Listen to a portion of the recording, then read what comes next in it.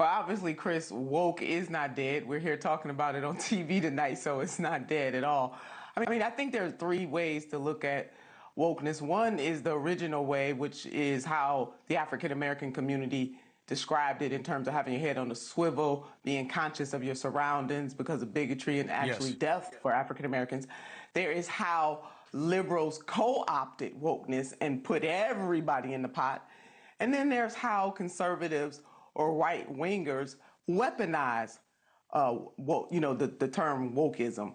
And for Vice President J.D. Vance, I certainly have not seen any Democrat that calls themselves a leader calling Sweeney a Nazi. Nobody should be calling her a Nazi. She did a commercial. They probably wrote the script for her.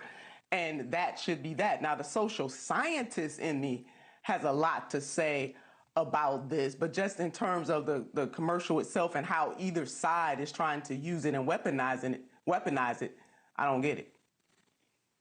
So, Scottie, do you think this is something where it's just the organic reaction is that anybody who's upset by this is the problem? Or do you believe that this is being used to advantage by the right side of the imaginary aisle? Well, let me just point out, Chris, let me illustrate just how upside down our culture is right now. I find myself a conservative defending an ad campaign featuring this hyper glamorous, over sexualized young woman who is being marketed to teenagers and wearing something that I would never allow my daughter to actually go out of the house in.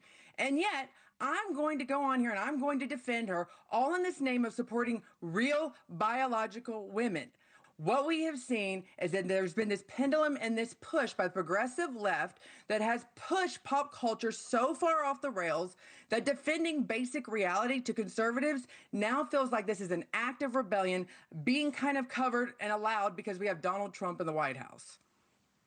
Well, you're lucky, as we both know, that the girls these days can't wear jeans that are baggy enough. It's everything else that is disappearing on their bodies. But as what my daughters want to wear goes, well, one of them's too old. She tell me to, take a walk. But the 15-year-old, I'm okay with this. With the big pants fad, I'm good with. But Nina, there is something here. First of all, I agree with the first 2 points you made. Wokeism was defined for African Americans by African Americans, and it had a very practical impact that was real. It was literal and figurative. I'm with you. That's right. Two, it was co-opted, which always sucks, and because nothing is ever co-opted and made better.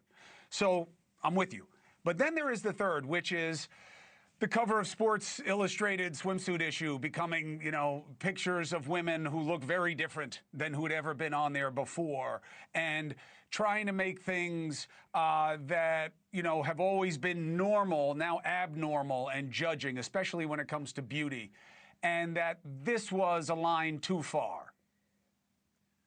Chris, I would like for us to be able to talk about this from an academic sense. So the social scientist in me is cringing because there's a difference between people trying to weaponize this as a political weapon or being in the classroom and talking about the history of standards of beauty in the United States of America, which, by the way, if we really peel back the layers, not many women could meet, not even some white women. But however, the standards of beauty about slimmer nose, blue eyes, blonde hair, anybody who would deny that in this country's history, that has been the major category by which people's beauty are defined.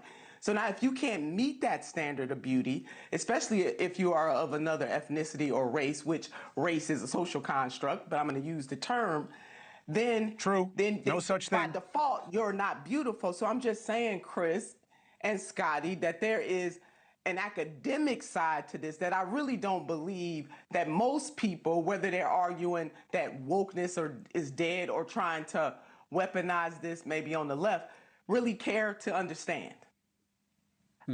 Scottie, Nina, give me a last I just have thought. to point out, this is just one model. And you cannot look at whether it be the Miss USA system, the Miss America system. There has been a very wide diversity of women that have stood up there and represented all forms of beauty that exist in the melting pot of America today. So I'm not just going to let you say that America is defined. We're not Switzerland. We're not we're not, just blonde haired and blue eyed. I think beauty in America today has been defined completely. And it's not just of one sort of category or other. So even the social scientists, I think that's just an excuse. Scotty, you're missing a point.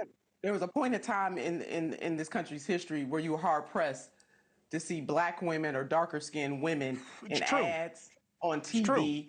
It's true. We all know that's today. True. We're talking about the Scotty's saying we've made some things today too. But it's not. It's very diverse on TV. That's part of the problem. Hey, Scotty, listen, I studied this stuff, so I'm not just telling you this. I understand this stuff on a deeper level than people having just a visceral reaction to it. You and I should have a discussion maybe off air, and I can talk to you about it. No, listen, look, it's not an academic topic, though, on one level, though, right? Because it's about cultural impression. And, of course, that always becomes part of the compendium of an understanding of a psychological construct behind a culture, but taken at its own. Thank you for watching. Subscribe below and download our NewsNation app right now on your phone, and you will get fact-based, unbiased news for all Americans.